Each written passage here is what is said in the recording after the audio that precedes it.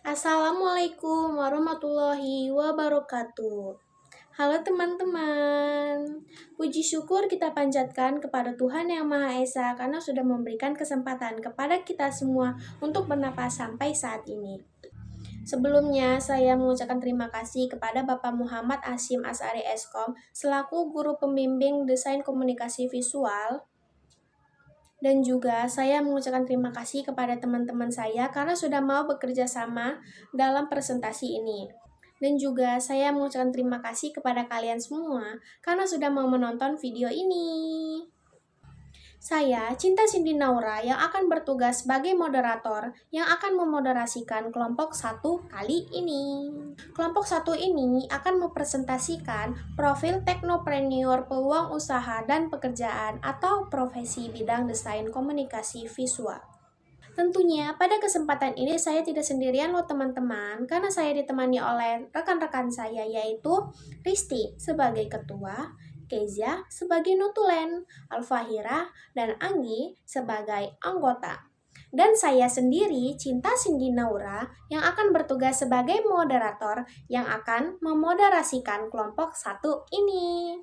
Sebelum kita membahas mengenai materi profil teknopreneur, peluang usaha dan pekerjaan atau profesi bidang desain komunikasi visual, maka kita harus mengetahui latar belakang dari profil teknopreneur itu terlebih dahulu. Nah, apa sih latar belakang dari profil teknopreneur itu? Apa ya? Nah, untuk tahu lebih lanjut lagi, kita simak penjelasan pertama yang akan dijelaskan oleh Saudari Risti.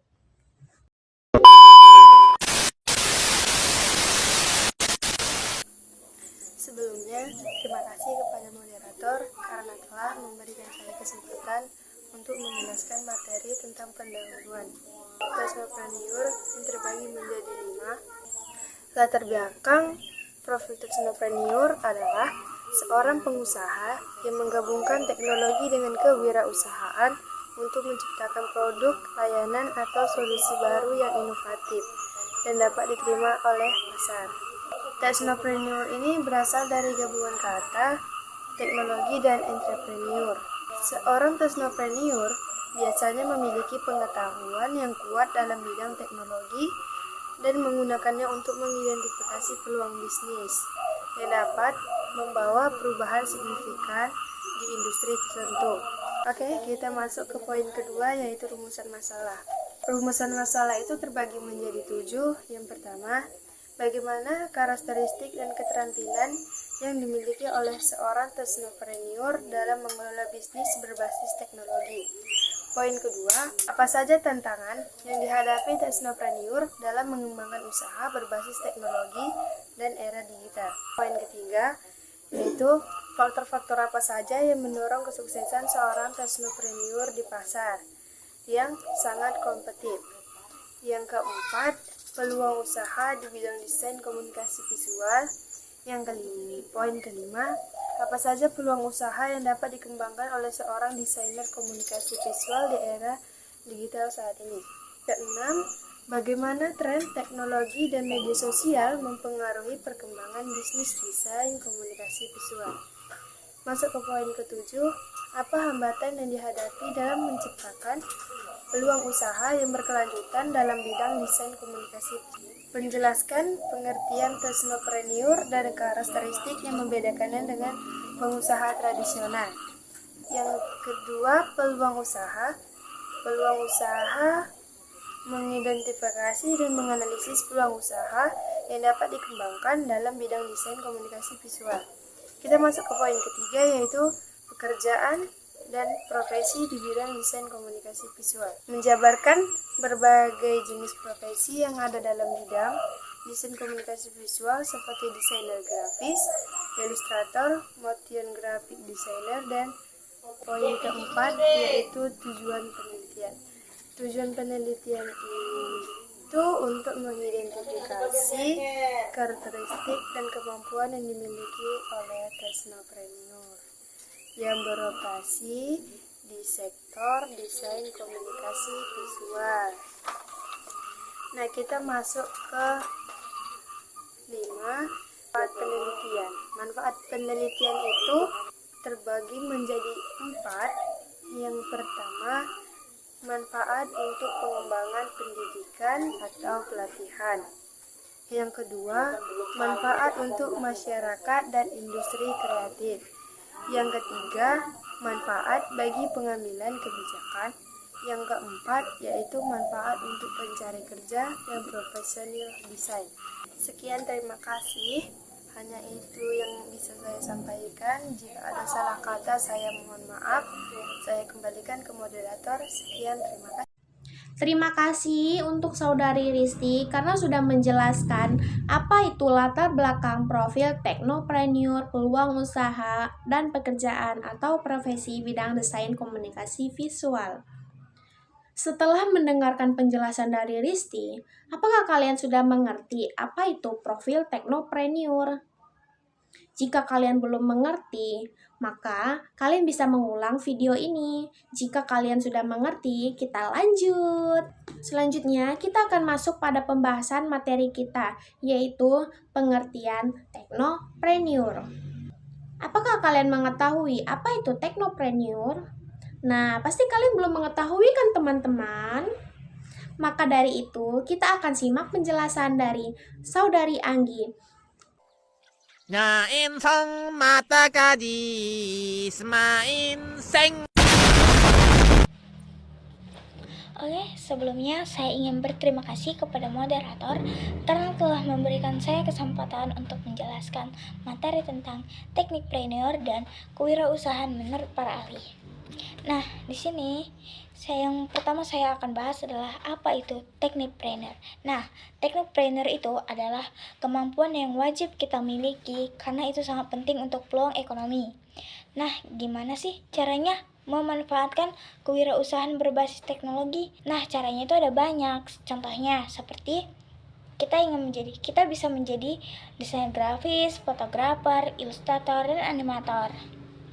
Nah, contohnya kita ingin menjadi desainer grafis, kita bisa membuat brosur, poster, dan lainnya. Tetapi, kalau kita ingin menjadi seorang desainer grafis, kita harus mempunyai ide atau imajinasi yang tinggi, karena itu sangat penting untuk agar orang tertarik membuat atau mencetak kepada kita.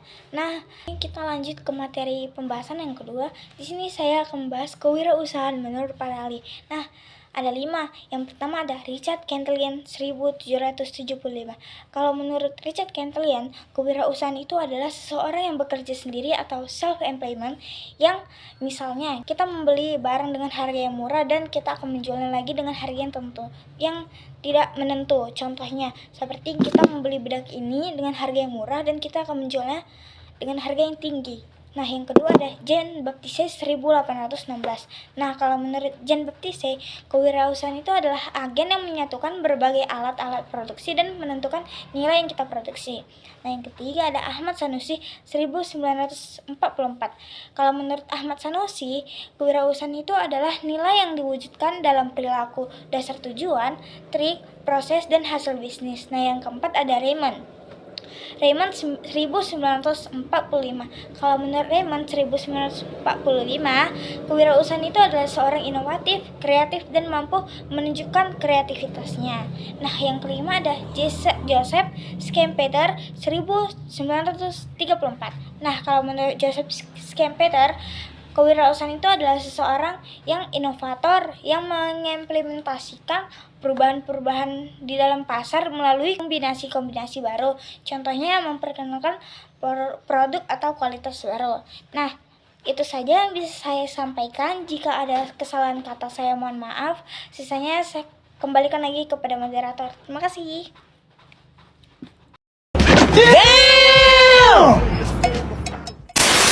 Terima kasih untuk Saudari Anggi karena sudah menjelaskan pengertian dari teknopreneur. Apakah kalian sudah mengetahui apa itu teknopreneur yang sudah dijelaskan oleh Saudari Anggi sebelumnya? Jika kalian belum mengetahuinya, kalian boleh mengulang video ini. Dan jika kalian sudah mengerti, maka kita akan melanjutkan materi selanjutnya. Materi selanjutnya yaitu tujuan wirausaha. Apa sih tujuan wirausaha itu ya teman-teman? Apakah kalian sudah mengetahui apa itu tujuan wirausaha? Jika kalian belum mengetahui apa itu tujuan wirausaha, maka kalian tonton video ini sampai habis. Tujuan wirausaha ini akan dijelaskan oleh saudari Kezia. Maka dari itu, ayo kita simak penjelasan dari Kezia. Oh, okay. Saya berterima kasih kepada moderator yang sudah memberikan saya kesempatan untuk menjelaskan sedikit materi presentasi kami. Jadi, di sini saya akan menjelaskan apa itu tujuan kewirausahaan. Teman-teman semua sudah tahu belum apa itu tujuan kewirausahaan? Tujuan kewirausahaan itu adalah untuk mendapatkan keuntungan, mengembangkan ide, dan menciptakan lapangan kerja. Lalu, saya juga akan menjelaskan apa itu elemen kewirausahaan. Elemen kewirausahaan itu adalah faktor-faktor yang berperan untuk memulai, mengolah, dan mengembangkan suatu bisnis. Elemen kewirausahaan itu juga terbagi menjadi 6 poin. Yang pertama adalah mengembangkan usaha. Mengembangkan usaha adalah untuk meningkatkan keuntungan ataupun potensi layanan bisnis. Contohnya seperti membuka cabang dan meningkatkan atau mengembangkan kualitas produk. Masuk yang poin yang kedua, yaitu adalah membentuk sumber daya manusia. Membentuk sumber daya manusia adalah suatu kegiatan yang dilakukan untuk meningkatkan keterampilan atau kemampuan karyawan agar dapat bekerja dengan lebih produktif. Lalu kita masuk yang ketiga, yaitu adalah mendapatkan keuntungan secara finansial maupun material. Sumber pemasukan secara finansial maupun material itu adalah suatu proses mendapatkan dana untuk membiayai suatu proyek ataupun aktivitas tertentu. Contohnya seperti bantuan yang diberikan pemerintah kepada masyarakat ataupun ke beberapa sekolah. Lalu kita masuk poin yang keempat, yaitu adalah sikap leadership ataupun kepemimpinan. Sikap kepemimpinan itu adalah suatu kemampuan seseorang untuk mempengaruhi orang lain agar mencapai tujuan bersama. Contohnya seperti seseorang yang lebih suka memimpin daripada dipimpin, itu adalah contoh dari sikap leadership. Lalu kita masuk poin yang kelima, yaitu adalah dapat bertanggung jawab. Dapat bertanggung jawab itu adalah suatu sikap maupun perilaku seseorang agar dapat melakukan kewajibannya dengan sungguh-sungguh. Contohnya seperti ada seorang guru yang memberikan tugas kepada kita dan kita dapat bertanggung jawab untuk mengerjakannya dengan selesai. Itu adalah contoh dari dapat bertanggung jawab. Kita masuk poin yang keenam, yaitu adalah menghindari resiko. Menghindari resiko adalah suatu upaya untuk menjauhi atau menghindari terjadinya kerugian pada usaha kita. Contohnya ketika kita membuka suatu warung dan kita menghindari yang istilahnya kasbon maupun utang, itu adalah kita sudah menghindari terjadinya kerugian pada usaha kita. Sekian dari saya, terima kasih. Terima kasih untuk Kezia karena sudah menjelaskan tujuan wirausaha tersebut. Apakah kalian sudah mengetahui apa itu tujuan wirausaha? Jika kalian belum mengetahuinya, maka kalian bisa mengulang video ini. Dan jika kalian sudah mengetahuinya, mari kita lanjut materi selanjutnya. Materi selanjutnya yaitu prospek profesi desain komunikasi visual. Materi ini akan dijelaskan oleh Al-Fahira.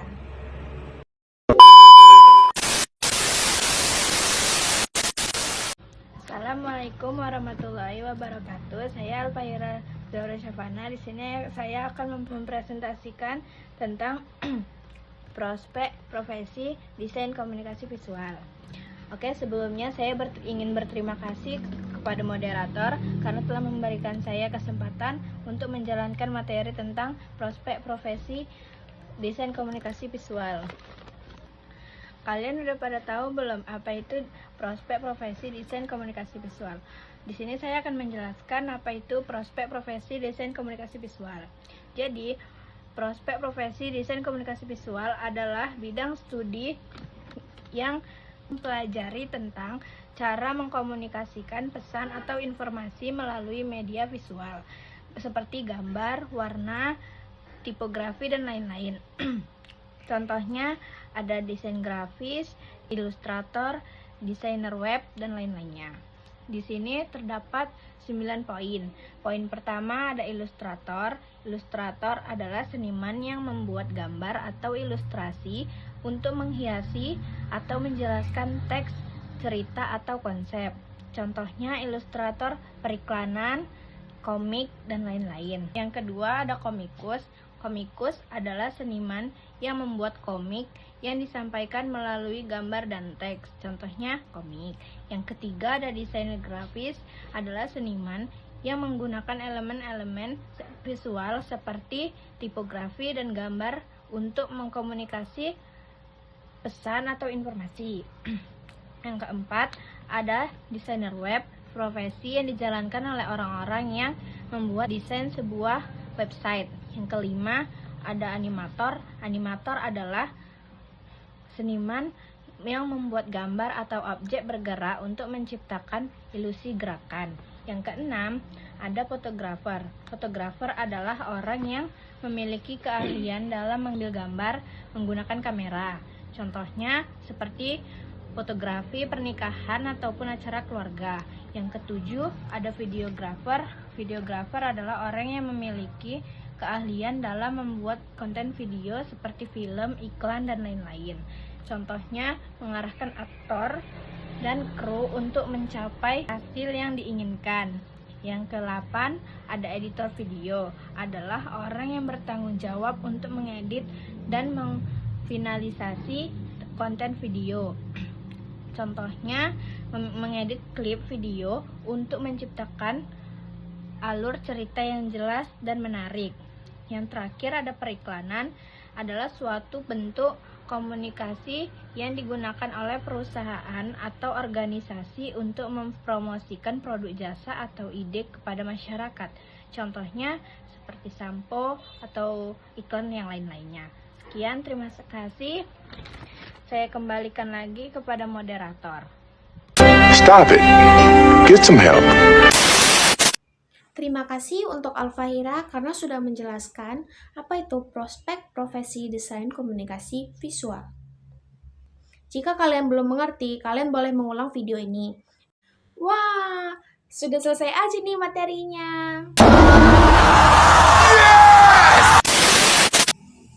Apakah kalian sudah mengerti apa yang sudah kami jelaskan dari video ini? Jika kalian belum mengerti, berarti kalian kurang menyimak. Jika kalian sudah mengerti, berarti kalian menyimak video kami dengan benar. Terima kasih kalau kalian sudah mengerti, dan yang belum mengerti, mohon disimak dengan jelas lagi ya teman-teman. Saya sebagai moderator dan mewakilkan dari teman-teman saya mengucapkan terima kasih kepada kalian yang sudah menonton video ini sampai habis. Dan juga saya berterima kasih kepada kalian jika kalian sudah menyimak video kami dengan jelas dan benar. Sekian dan terima kasih. Wassalamualaikum warahmatullahi wabarakatuh.